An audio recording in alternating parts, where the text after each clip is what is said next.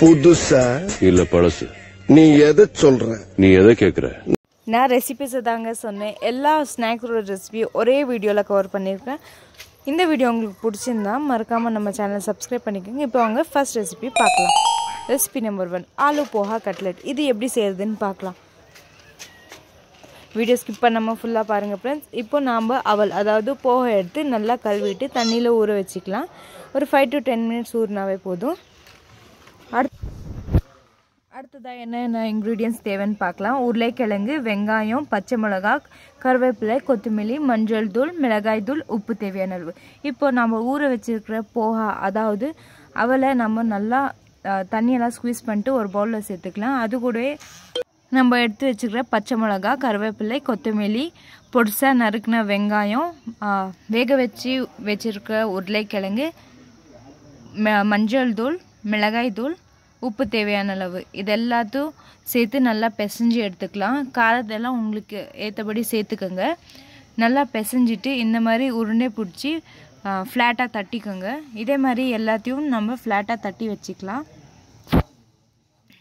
அடுத்ததாக ஒரு தவா சூடு பண்ணி அதில் 1 டேபிள் ஸ்பூன் அளவுக்கு எண்ணெய் சேர்த்துக்கோங்க. எண்ணெய் சூடானது நம்ம உருட்டி வச்சுக்கிற எல்லா அந்த மிக்சரையும் நம்ம தவாவில் போட்டு நல்லா 5 minutes 2 பக்கமும் திருப்பி பொரிச்சு எடுத்துக்கலாம். மீடியம் ஃப்ளேம்லேயே குக் பண்ணுங்கள். நல்லா குக் ஆகும். ஹை ஃப்ளேமில் வச்சிங்கன்னா வெளியே மட்டும் தீஞ்ச மாதிரி இருக்கும், உள்ளே வேகாது. ஸோ எப்போவுமே நீங்கள் ஃப்ரை பண்ணுற ஐட்டம்ஸ் என்ன இருந்தாலும் மீடியம் ஃப்ளேம்லேயே குக் பண்ணுங்கள். இப்போ பாருங்கள் 2 பக்கமும் நல்லா செவந்து வந்துருச்சு. இப்போ நம்ம இது ஒரு பிளேட்டுக்கு ட்ரான்ஸ்ஃபர் பண்ணிக்கலாம். இது ரொம்ப டேஸ்டியாக இருக்கும். ஆலு போஹா கட்லெட் ரெடி ஆகிடுச்சு ஃப்ரெண்ட்ஸ். இந்த ரெசிபி செஞ்சு பார்த்து எப்படி வந்துச்சுன்னு மறக்காமல் கமெண்ட் செக்ஷனில் கமெண்ட் பண்ணுங்கள். இப்போ அடுத்த ரெசிபி பார்க்கலாம் ஃப்ரெண்ட்ஸ். ஒரு ஈஸியான ரெசிபி தான் பார்க்க போகிறோம். 1 கப் கேபேஜ் எடுத்துக்கிறேன் ஃப்ரெண்ட்ஸ். இதை நல்லா கழுவி எடுத்துக்கோங்க.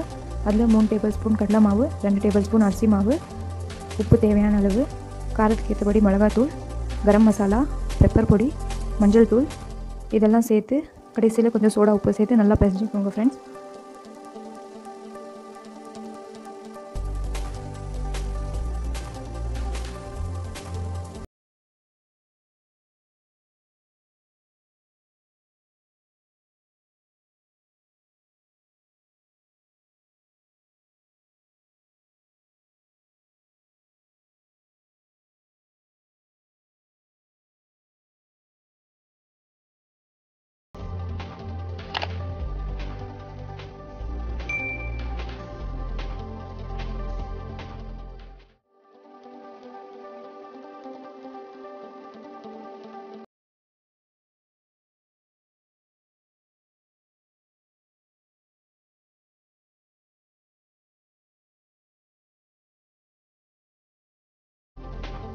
தேவைப்பட்ட தண்ணி கொஞ்சோண்டு சேர்த்து நல்லா பிசைஞ்சுக்கோங்க ஃப்ரெண்ட்ஸ்.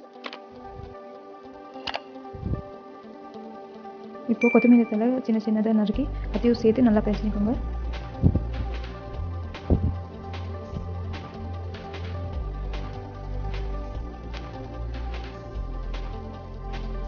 இப்போ சின்ன சின்னதாக உருண்டை எடுத்து ஒரு தட்டில் வச்சுக்கோங்க ஃப்ரெண்ட்ஸ். எல்லாத்தையும் இதே மாதிரி சின்ன சின்னதாக உருண்டை எடுத்து வச்சுக்கோங்க.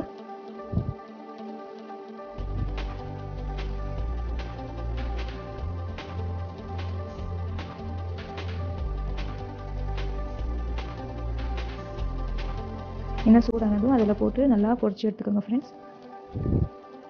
போட்ட உடனே திருப்பிடாதீங்க, ஒரு 2 செகண்ட் ஆகட்டும். அதுக்கப்புறம் எல்லா பக்கமாக திருப்பி நல்லா கோல்டன் ப்ரௌன் ஆற மட்டும் வறுத்துக்கோங்க ஃப்ரெண்ட்ஸ்.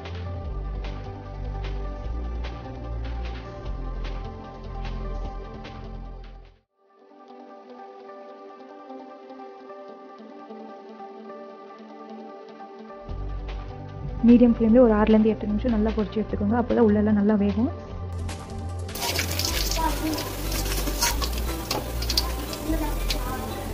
இப்போ பாருங்கள் சுவையான கேபேஜ் போண்டா ரெடி ஆகிடுச்சு. ஈவினிங் டீ டைம் ஸ்நாக்ஸில் சர்வ் பண்ணுங்கள் சூடாக. அடுத்ததாக 3rd ரெசிபி என்னன்னு பார்க்கலாம் ஃப்ரெண்ட்ஸ். இது முட்டையும் ரைஸ் சேர்த்து ஒரு ரெசிபி தான். செஞ்சு பார்த்துட்டு எப்படி வந்துச்சுன்னு மறக்காமல் கமெண்ட் செக்ஷனில் கமெண்ட் பண்ணுங்கள் ஃப்ரெண்ட்ஸ். இப்போ வாங்க வீடியோக்குள்ளே போகலாம். சாரி அடுத்த ரெசிபிக்குள்ளே போகலாம்.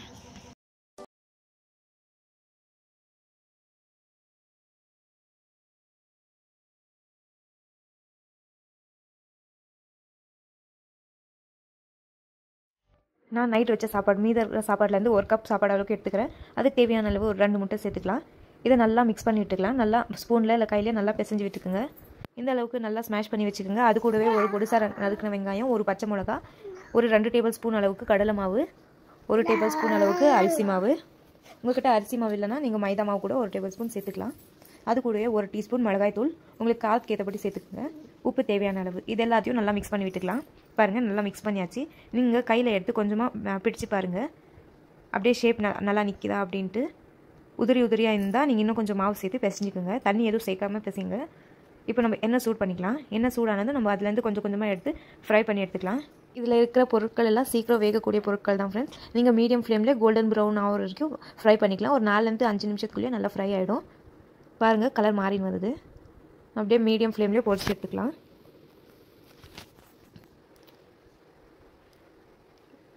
பாருங்கள், நல்லா கோல்டன் ப்ரௌன் ஆகிடுச்சு. இதை நம்ம ஒரு பிளேட் ட்ரான்ஸ்ஃபர் பண்ணிக்கலாம்.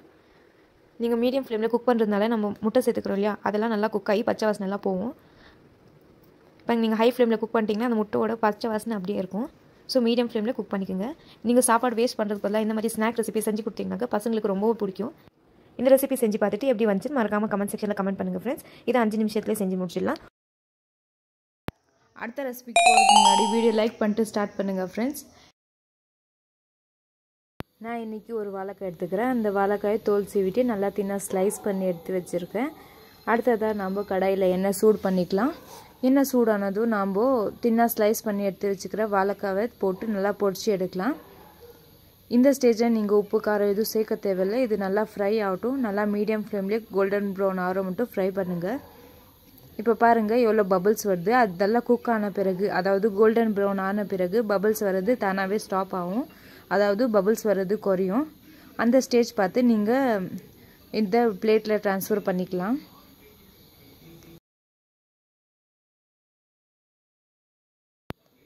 பாருங்கள், ஒரு 5 நிமிஷம் ஆன பிறகு நல்லா கோல்டன் ப்ரௌன் ஆகிடுச்சு. பாருங்கள், பபிள்ஸும் நல்லா குறைஞ்சிடுச்சு. இப்போ இது ரொம்பவே கிறிஸ்பாக இருக்கும். இதை நம்ம ஒரு பவுலுக்கு ட்ரான்ஸ்ஃபர் பண்ணிக்கலாம். அடுத்ததாக தேவையான அளவுக்கு உப்பு மட்டும் மிளகாய் தூள் சேர்த்துக்கலாம். சேர்த்துட்டு நல்லா டாஸ் பண்ணி மிக்ஸ் பண்ணுங்கள். அப்போ தான் எல்லா சிப்ஸ்லேயும் படுற மாதிரி மிக்ஸ் ஆகும். இப்போ இதை பவுலுக்கு ட்ரான்ஸ்ஃபர் பண்ணிக்கலாம். பாருங்கள் எவ்வளோ கிறிஸ்பாக இருக்குன்னு.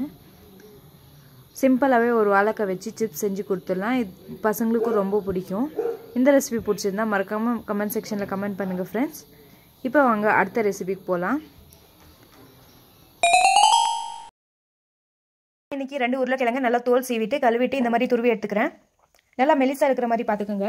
நம்ம தவால தான் குக் பண்ண போகிறோம். டீப் ஃப்ரை எதுவும் பண்ண போகிறதில்ல. அதனால ரொம்ப மெலிசாக இருக்கணும். அடுத்ததாக நான் ஒரு மீடியம் சைஸ் அளவுக்கு ஆனியனை நல்லா ஃபைனாக சாப் பண்ணி சேர்த்துக்கிறேன். நல்லா ஃபைனாக கட் பண்ணுங்கள். அப்போ தான் நல்லா பைண்ட் ஆகும், இல்லைனா தனியாக தெரியும். இப்போ நான் கடலை மாவு 2 டேபிள் ஸ்பூன் அளவுக்கு சேர்த்துக்கலாம்.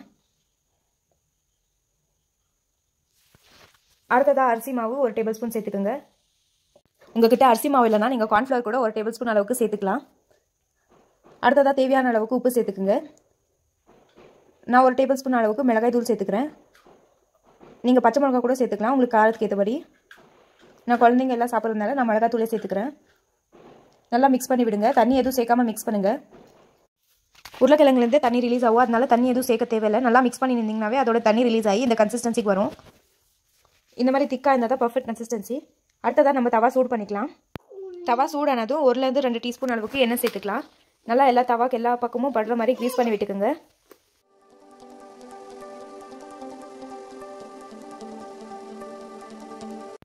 அடுத்ததாக நம்ம பொட்டேட்டோ மிக்சர் வச்சு நல்லா தவா மேலே ஸ்ப்ரெட் பண்ணி விட்டுக்கலாம். கொஞ்சம் தின்னாவே ஸ்ப்ரெட் பண்ணி விடுங்க. எவ்வளோ தின்ன முடியுமோ அவ்வளோ தின்னா ஸ்ப்ரெட் பண்ணி விடுங்க. 2 கரண்டி அளவுக்கு எடுத்து நம்ம ஸ்ப்ரெட் பண்ணிக்கலாம். பர்ஃபெக்டான ரவுண்ட் ஷேப் வராது. மேக்ஸிமம் ட்ரை பண்ணி எந்த ஷேப் வருதோ அந்த ஷேப்புக்கு ஸ்ப்ரெட் பண்ணி விட்டுக்கோங்க.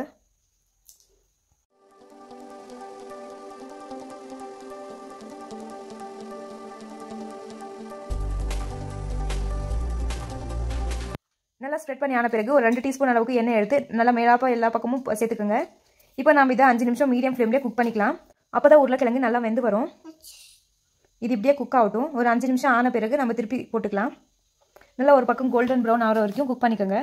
மீடியம் ஃப்ளேம்லேயே குக் பண்ணிங்கன்னா தான் உள்ளே எல்லாம் நல்லா வேகும். இல்லை வெளியே மட்டும் நம்மளுக்கு நல்லா தீஞ்சிடும். கோல்டன் ப்ரௌன் ஆன மாதிரி இருக்கும், ஆனால் உள்ளே வேகாது. ஸோ என்ன குக் பண்ணாங்கன்னு நீங்கள் மீடியம் ஃப்ளேம்லேயே குக் பண்ணிக்கோங்க. பாருங்கள் திருப்பி போட்டாச்சு. இது இன்னொரு பக்கம் நல்லா 5 நிமிஷம் குக் ஆகட்டும்.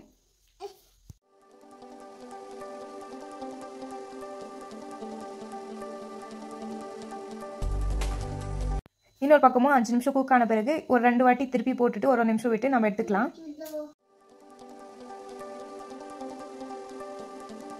பாருங்க 2 பக்கமும் நல்லா செவந்து வந்துருச்சு, நல்லா கோல்டன் ப்ரௌன் ஆயிடுச்சு. இப்போ நம்ம இதை பிளேட்டுக்கு ட்ரான்ஸ்ஃபர் பண்ணிக்கலாம். பிளேட்டுக்கு ட்ரான்ஸ்ஃபர் பண்ணிட்டு நம்மளுக்கு எந்த ஷேப்பில் வேணுமோ அந்த ஷேப்பில் கட் பண்ணி எடுத்துக்கலாம். பாருங்க டேஸ்டியாகவும் எம்மியாகவும் evening tea time snacks recipe ready ஆயிடுச்சு ஃப்ரெண்ட்ஸ். இது செஞ்சு பார்த்து எப்படி வந்துச்சு மறக்காம கமெண்ட் செக்ஷனில் கமெண்ட் பண்ணுங்க. இதை நீங்கள் டொமேட்டோ கெச்சப் இல்லை கிரீன் சட்னியோட சர்வ் பண்ணலாம், ரொம்பவே டேஸ்டியாக இருக்கும். இந்த ரெசிபி நீங்கள் செஞ்சீங்கன்னாக்கா ஒரு ஃபோட்டோ எடுத்து நம்ம இன்ஸ்டாகிராமில் டேக் பண்ணுங்க @Noorjahan's Daily Lifeன்னு. அந்த இமேஜஸை நாங்கள் எங்கள் சேனலில் ஷேர் பண்ணுவோம். இந்த வீடியோ உங்களுக்கு பிடிச்சிருந்தா லைக் பண்ணுங்க, உங்க ஃப்ரெண்ட்ஸ் அண்ட் ஃபேமிலி கூட ஷேர் பண்ணுங்க. மறக்காம நம்ம சேனல் சப்ஸ்கிரைப் பண்ணி பக்கத்துல இருக்க பெல் பட்டனை கிளிக் பண்ணிக்கோங்க. உங்களோட சப்ஸ்கிரிப்ஷன் தான் எங்களுக்கு ஒரு மோட்டிவேஷனா இருக்கும் அடுத்த வீடியோ பண்றதுக்கு. இன்னும் நீங்க நம்ம இன்ஸ்டாகிராம்ல ஃபாலோ பண்ணலாம், மறக்காம ஃபாலோ பண்ணிக்கோங்க, லிங்க் டிஸ்கிரிப்ஷன்ல தரேன். இந்த 5 ரெசிபியும் ஒரே வீடியோவில் கவர் பண்ணிக்கிறேன் ஃப்ரெண்ட்ஸ். செஞ்சு பார்த்துட்டு எப்படி வந்துச்சுன்னு மறக்காமல் கமெண்ட் செக்ஷனில் எல்லா ரெசிபிஸ் பற்றியும் கமெண்ட் பண்ணுங்கள். வீடியோ பார்த்த எல்லாருக்கும் ஜஸாக்கல்லாஹு ஹைரன். Thank you friends. இன்னொரு இன்ட்ரெஸ்டிங்கான கண்டென்ட்டோட பார்ப்போம். அது வரைக்கும் அல்லாஹ் ஹாஃபிஸ்.